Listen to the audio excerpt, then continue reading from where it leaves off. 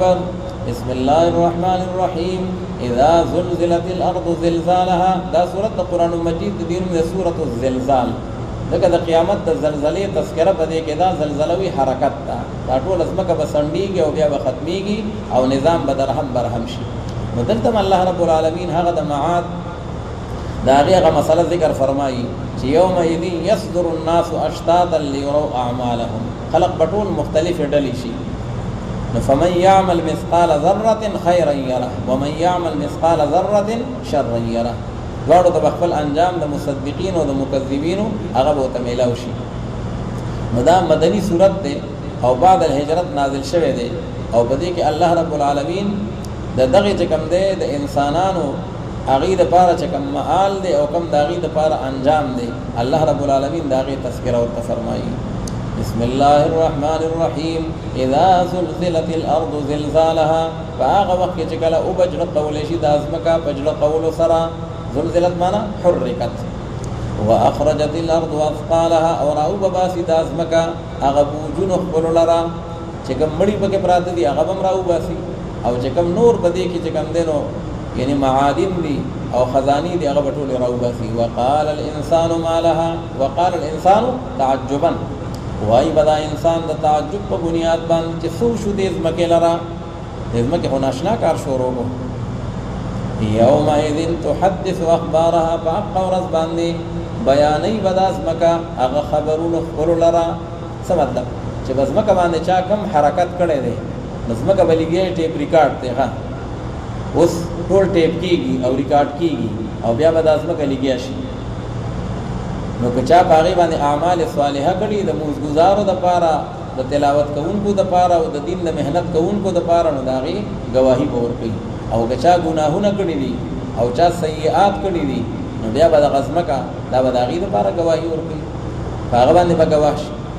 یومئذ تحدث اخبارها لان ربك او حالها. فسبب د دې سره چې په تحقیق سره پروردگار ساچ دي او حالها یعنی امر لها الله تعالی حکم را لګل د غزمکه تا دا به الله تعالی په حکم باندې گویا شي. یومئذ یصدر الناس فاقورز باندې چرا واپس بشدا ټول خلق اشتاتن ډلې ډلې او مختلف. کوم نه واپس شي د موقفنا چې کوم د کې حساب کتاب کی نو د محشر د میدان نه او د موقفنا به واپس شي خپل خپل انجام ته رواني ښه. ليروا اعمالهم الذي لپاره چې دی وګوري هغه انجام د اعمال خپل لرا اعمالهم یعنی جزاء اعمالهم. فمن يعمل مثقال ذره هر غسوب چې هغه عمل کو په مقدار د هغه ذره باندې نو ذره ویل کېږي هغه وړو کې میږي ته الله دې وړو کې میږي عمره کچا نیکیو کړه یا بدیو کړه داغي انجام بو تخکار شي. او یا ذره ویل کېږي هغه شعاعه چې کوم پر روشندان کې په نظر باندې راځي او کو الله سے سړی رانی ولې نشي. نو چې عملو کو په مقدار دا غوړو کې میږي باندې د نیکي نو يرهو یعنی يرى ثوابه يرهو دا عمل بویني نو عملنا يرى ثوابه دا غي بدله بویني. ومن يعمل مثقال ذره او هر غچا چې عملو په مقدار دا ذره یعنی دا غوړو کې میږي باندې د شر او د بدای نو يرهو یعنی يرى جزاءه دې بداغه بدله وګوري. انجام چې د مصدقین او د مکذبین الله تعالی فرمایي دا حق دی. الله اکبر. بسم الله الرحمن الرحیم والعادیات ضبحا فالموريات قدحا فالمغیرات صبحا. دا سورۃ د قران مجید دینوم د سورۃ العادیات. دغه عادیات دا د اسونو یو صفت ده هنیدون کی هغه اسونه چې کوم आवाज کوي نو ادا هغه اسونه ته ویل کېږي عادیات. الله تعالی دا اسونه په دې خبره باندې گواه کړی دي. الله وی ګوره دا اس چې دا چې کوم دی د چا اس ته سو کې مالک دی نو هغه مالک حقيقي نه دی مالک مجازي دی. خو بیا هم چې هغه په جنگ باندې په جهاد باندې په کم ځای باندې ورولي ګولې وریږي او غشي وریږي او الله تعالی وی دا اس پکې وردن نکیږي واپس کیږي نه ولې دا مالک مجازي اډر بني. او الله تعالی فرمایي ان الانسان لربه لکنود. دا انسان چې د خپل مالک حقيقي نه پیژني دا الله خوري دا الله اغوندي دا الله تعالی نعمتونه استعمالي او بیا کله مسکی او کله نه کوي او کله پټیم کی او کله بیا ټیم کوي دغه رنګ نور احکامات الهیه نو الله تعالی دا اسونه د استشهاد د لپاره ذکر کړی دي نو چونګې دا مکی صورت ده الله رب العالمین هغه عقاید حق او طرف ته چې پکار دي چې انسان ناشکری نه کوي بلکې د الله تعالی بندګۍ طرف ته او د الله تعالی احکامات الهیه او طرف ته راشي هغه دعوت هغه په دې صورت کې ده الله رب العالمین فرمایي بسم الله الرحمن الرحیم والعادیات ضبحا قسم دي زما په هغه اسونو باندې چې هغه هړېدون کې دي ضبحا په هغه هړېدو سره یعنی आवाज کوونکی دی په هغه आवाज کولو سره دا غي د سینې نه دا ډېر ګرمایش او د ډېر منډه نه داسې یو आवाज راوځي والعادیات معنا والخيل العادیات یعنی د عادیات صفت ده د خیل فالموریات قدحا پس قسم دی زما په هغه اسونو باندې چې هغه بلون کې دي اور لرا په خپل سوي سره د چکلا د خپکی دي او خاص کر بیا د شپې وخت تیاری نو چې په ګټ باندې کې دي دومره په زور باندې هغه لرا پری دي چې هغه سم داسې یو لمبا او یو شغله وکړي فالموریات قدحا پس بلون کې دغه اسون کې هغه اور لرا په خپل شپې سره فالمغیرات صبحا پس قسم دی زما په هغه اسونو باندې چې هغه لوټ مار کوونکي دي په دشمن باندې په وخت د سبا کې مغیرات اغاره ویل کېږي لوټ مار ته چې کله په دشمن باندې اٹیک او یلغار کوي نو اکثر چې څوک حمله کوي نو د سار په وخت کې کوي پیغمبر علیه السلام به فرمایل ان اذا نزلنا بساحه قوم فساء صباح المنذرين نو خیبر باندې هم پیغمبر علیه السلام د سار په وخت کې اٹیک کړو فالمغيرات صبحا فاثرن به نقعا فاثرن به چې پس را پورته کی دغه سنا په دغه خپل شپې سره نقعا گرد و غبار لرا چې کله دې په تیزی سره منډه وي او دې د خپل شپې په منډه کې ګدي نو هغه سره گرد و غبار راوچتيږي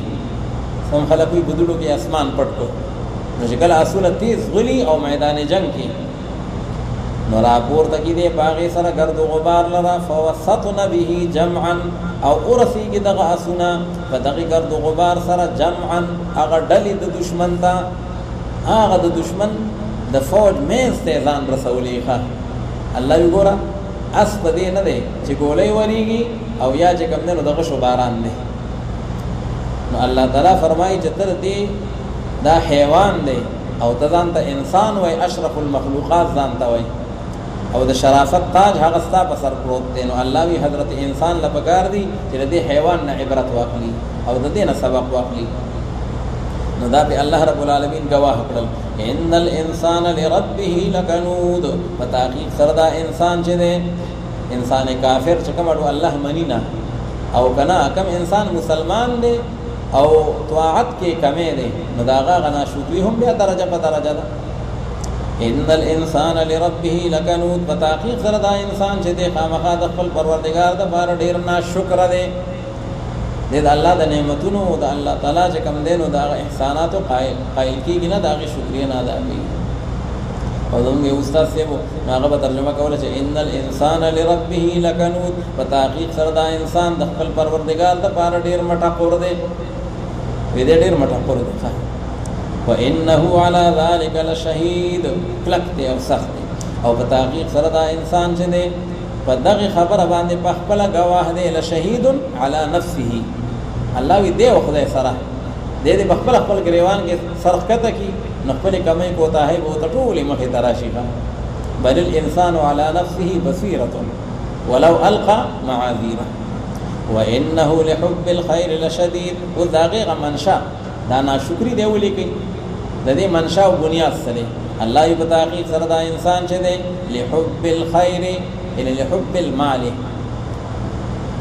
دا محبت د مال سره لشدید خامخا ډیر سخت دی الله مال باندې ډیر وخت او ډیر مین دی نو مسلمان ته قران حکیم دا دعوت فکر ورکړي چې مال ګوره ضرورت دی خدا د محبت چیز نه دی محبت بد الله او د الله د نبی صلی الله علیه وسلم سره ساتي افلا يعلم اذا بعثر ما في القبور. دا بیا الله رب العالمین هغه د معاد هغه سلسله به واپس کړه چې هغه ورځ ځان ته یاد ساتي. افلا يعلم او تخفیف اخروی دی، آیا معلومه نه ده انسان ته په هغه وخت چې کله را پورته کړي شي ټول هغه سیدونه چې هغه په قبرونو کې دي دا ټول مړي براباسي دا الله په حکم. وحصل ما في الصدور او ظاهر بکړي شي ټول هغه سیدونه، حصل معنا بینه واضح بکړي شي هغه رازونه چې هغه په سینو کې دي. ډېر رازونه په سینو کې پاتې دي او دنیا کې اړو پته ونه لګېدله. الله تعالی وی هغه رازونه به هم هلته واضح شي، خو یا بد. ان ربهم بهم یومئذ لخبیر. په تحقیق سره پروردګار د دوی په دوی باندې په دغه ورځ باندې خامخا خبردار دی. نو الله تعالی خو نن هم خبردار دی او په هغه ورځ هم خبردار دی. چونکې خبره د معاد شروع ده، نه ځکه یومئذ ذکر کړو. نو معنا فیجازیهم باعمالهم، الله بوله د خپلو اعمالو مطابق بیا مجازات او بدله ورکوي. الله اکبر. بسم الله الرحمن الرحیم. القارعة ما القارعة وما ادراك ما القارعة. دا سورۃ د قرآن مجید د دې سورۃ القارعة. قارعه د قیامت یو نوم دی. چې څومره د قیامت ګڼ نومونه قرآن مجید کې راغلي دي نو یو پکې دی القارعة. القارعه معنا دا ټنګون کې چیز، کړکړانه والی چیز. او دا بم د خلقو د غوګونه او د خلقو قوت سامعه به وکړنګي ښا خلک وی چې تاسو یو واجب خبره وي سم دماغ مې وکړنګېدل ښا. نو الله تعالی وی دا به د خلقو دماغ وکړنګي.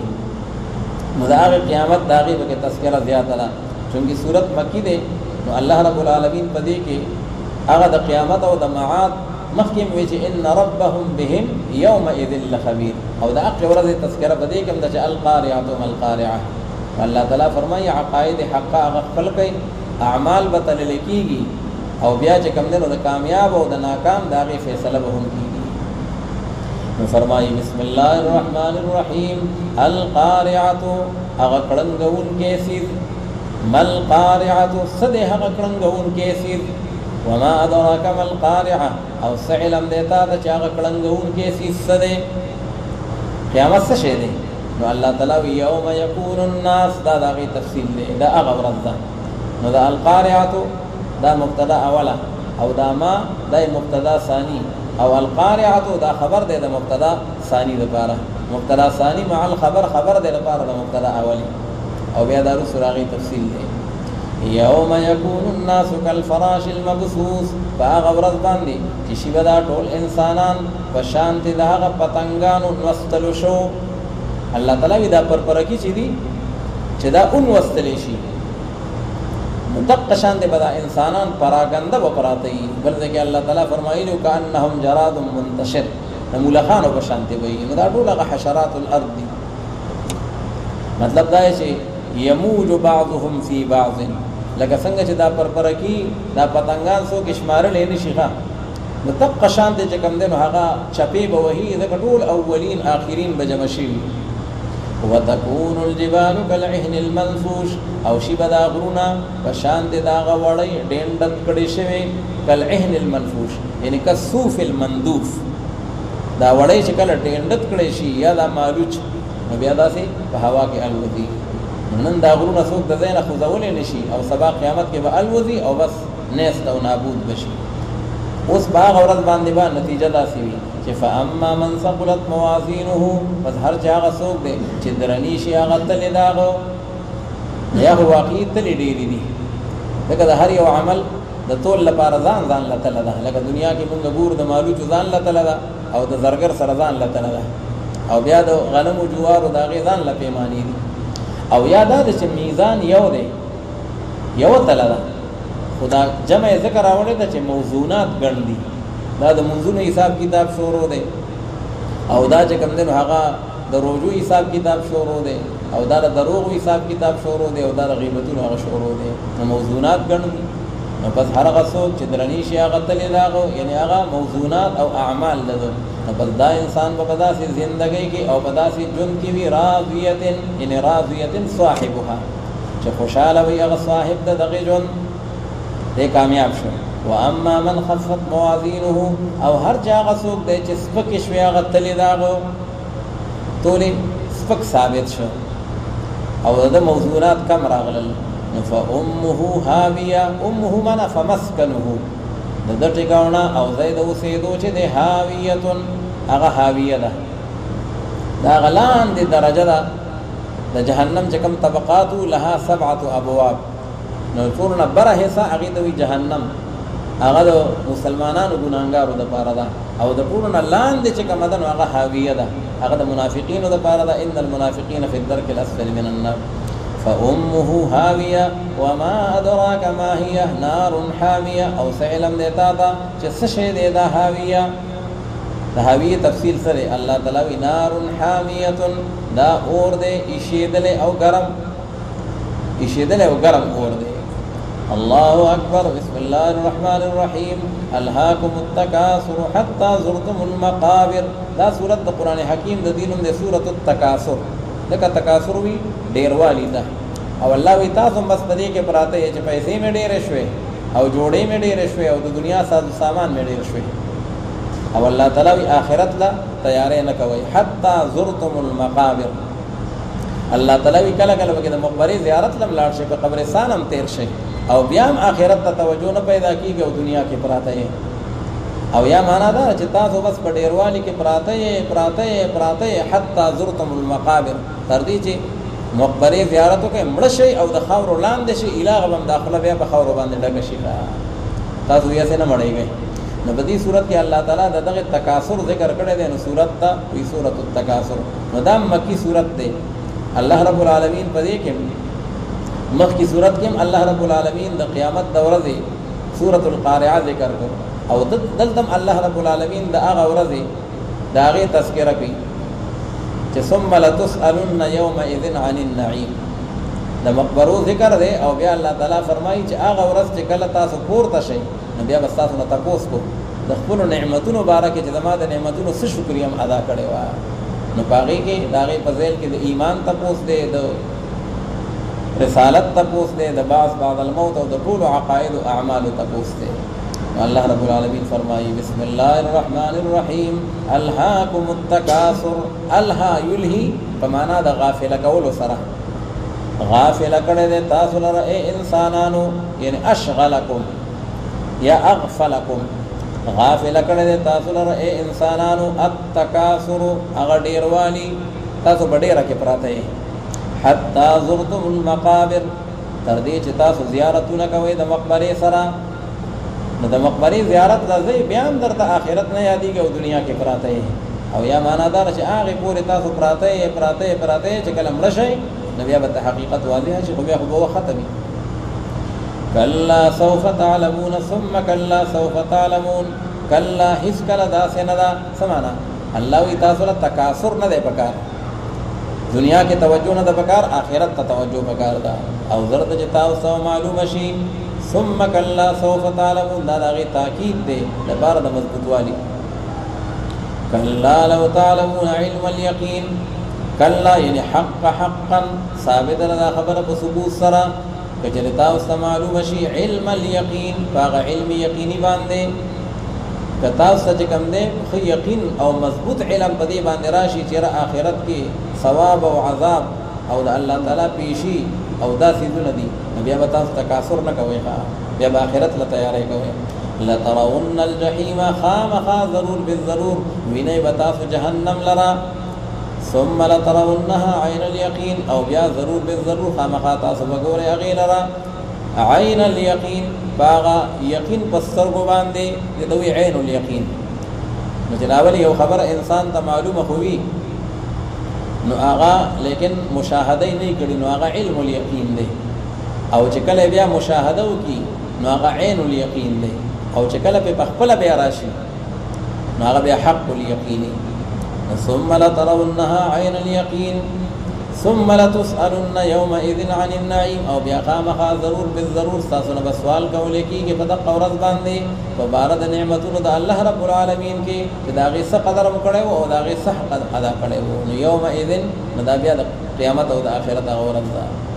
الله اکبر. بسم الله الرحمن الرحیم. والعصر ان الانسان لفی خسر. دا سورت د قرآن مجید د دین د سورة العصر، ځکه عصر وی یا زمانې ته او یا د مازدیګر وخت ته الله رب العالمین په هغې باندې قسم خوړلی دی.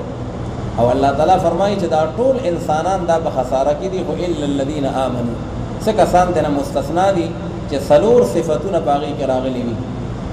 نو الله تعالی فرمایي مخکم د هغه ورځې الله تعالی تذکرہ وکړه اوسم الله تعالی فرمایي چې دا هغه ورځې د هغه کامیابی غواړي نو بیا د خسارې نه ځان وباسي او ځان کې دا چار نکاتی فارمولا دا عملی کوي دا څلور اعمال په ځان کې راولي نو الله رب العالمین فرمایي بسم الله الرحمن الرحیم والعصر او قسم دی زما په وخت ما ذکر باندې چې دا ډېر مبارک وخت دی او یا قسم دی زما په دهر او په زمانہ باندې ان الانسان لفی خسر او یا سن حضرات وی عصر وی هغه زندگی مبارک د رسول الله مبارک ته مراد ده دغه مخ دیر شو لعمرک انهم لفی سکرتهم یعمهون الله دې ما دې ستا په عمر مبارک باندې قسمی هغه عصر دی په تحقیق سره هر انسان چې دی الف لام دا چې کوم دی استغراقی دی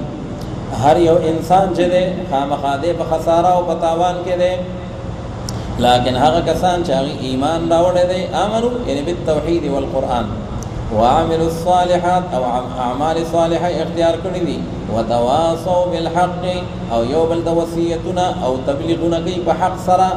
د ایمان او د توحید داغي پرچار کوي وتواصوا بالصبر او یو بل د وصیتونه کوي په صبر او په نیکۍ سره نو الله تعالی وی د خسارې نه به هغه انسان بار وي یو خدا چې د مؤمن وي او بیا واده په ایمان هم نخلاصيږي د ایمان سره عمل صالح او بیا سره په ایمان او په عمل صالح ځان نه خلاصيږي د به نور خلق ته تبلیغ او دعوت ال الله ورکوي او چې دعوت ال الله ورکوي نو هغه آسان کار هم نه دی باقي کو مالی جانی او د عزت قرباني راځي والله یو تواصوا بالصبر بیا با د صبر لمن هم نبریدي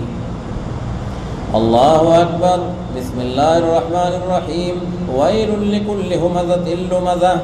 دا سورۃ د قران مجید دینوم ده سورۃ الهمزه ځکه همزه وایي کیږي هغه انسان ته چې هغه غیبتونه کوي د خلقو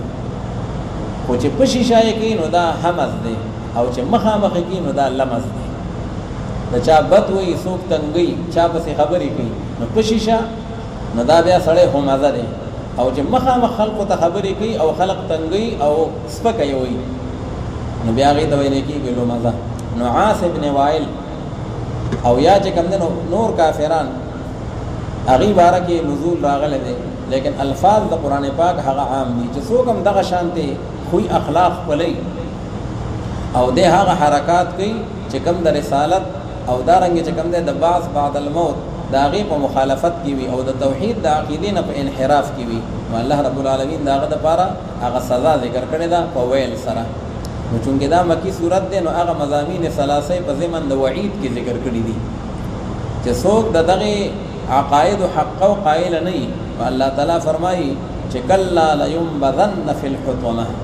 دقه انسان دا بد عقیده انسان او بد عمل انسان نو دا به حطمه کې ارتاویږي په جهنم کې نو دا د مصدقین او د مکذبین انجام کې او سړی هغه مصدق دی نو هغه د حطمې نه بچ دی او چې مکذب دی نو هغه به حطمې ته ځي نو الله تعالی فرمایي بسم الله الرحمن الرحیم ویل کنددا یا ویل یعنی هلاکت او بربادی دا لکل همزه د هر هغه انسان د پاره چې هغه غیبتونه کوونکی دی د خلقو همزه یعنی یغیب الناس د خلقو غیبتونه کوي خو من خلفهم پشیشه لمزه او هغه انسان چې هغه غیبتونه کوي د خلقو یعنی یغیب الناس مواجهه مخ په مخ باندې دا خبره د چا د مخ نه هم نه شرمېږي او مخامخ الزامونه او داسې بدې خبرې کوي چې سړی خفه کوي الله تعالی وایي دې انسان لپاره ویل کنده ده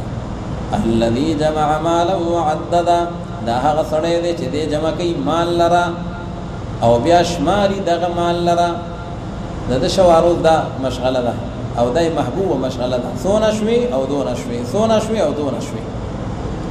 او نه به د الله حق پیژني او نه به د الله تعالی د بندگانو حق پیژني ځکه که د الله حق ته نه ورکوي او د الله د بندگانو حق ته نه ورکوي نو بیا په هغې باندې وعید نشته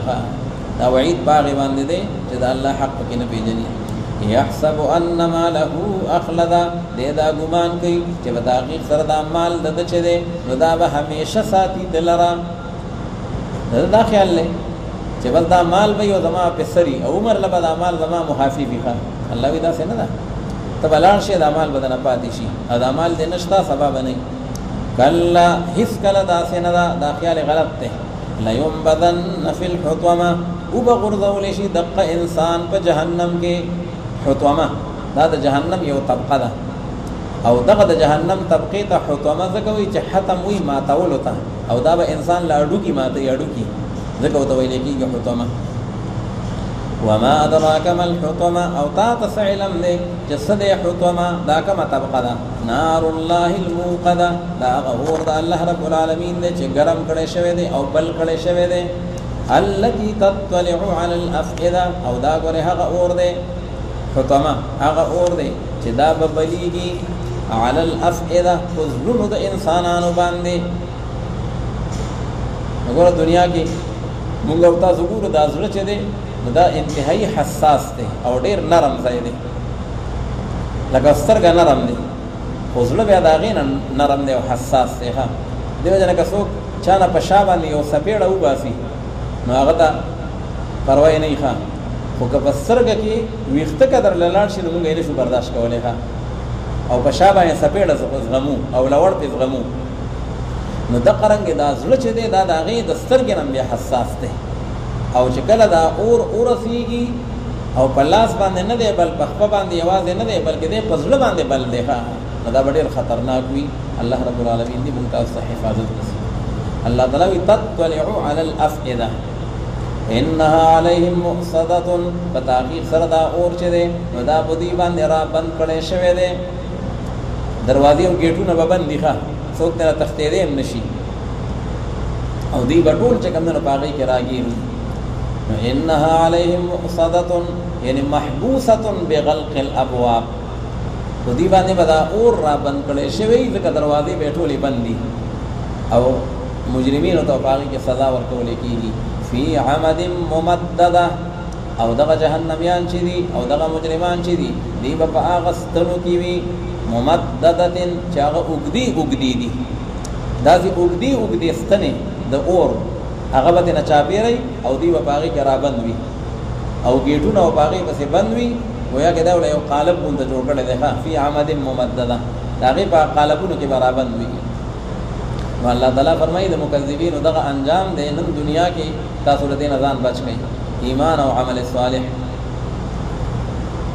صدق الله العظیم ولک صاحب فوق